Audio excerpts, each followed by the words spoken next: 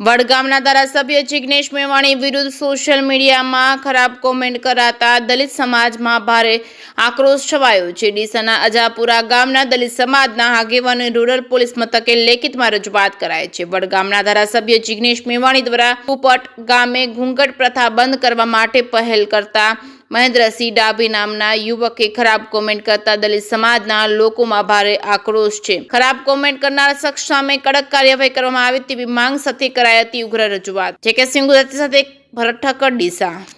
મારું નામ ધર્મેન્દ્રસિંહ નાગરભાઈ સોલંકી અજાપુરા ગામથી છું।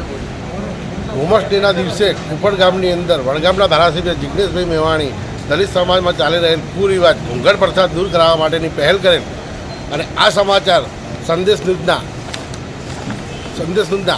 સૌરાષ્ટ્ર ન્યૂઝના સમાચારમાં આવેલ ત્યારે કોઈ અસામાજિક તત્વ એ ખોટી કોમેન્ટ કરી જાતિ વિશે ત્યારે આજે ગેરબંધારણીય ત્યારે આજે હું ડીસા તાલુકા પોલીસ સ્ટેશનમાં એના વિરોધ ફરિયાદ આપવા માટે આવેલ છું।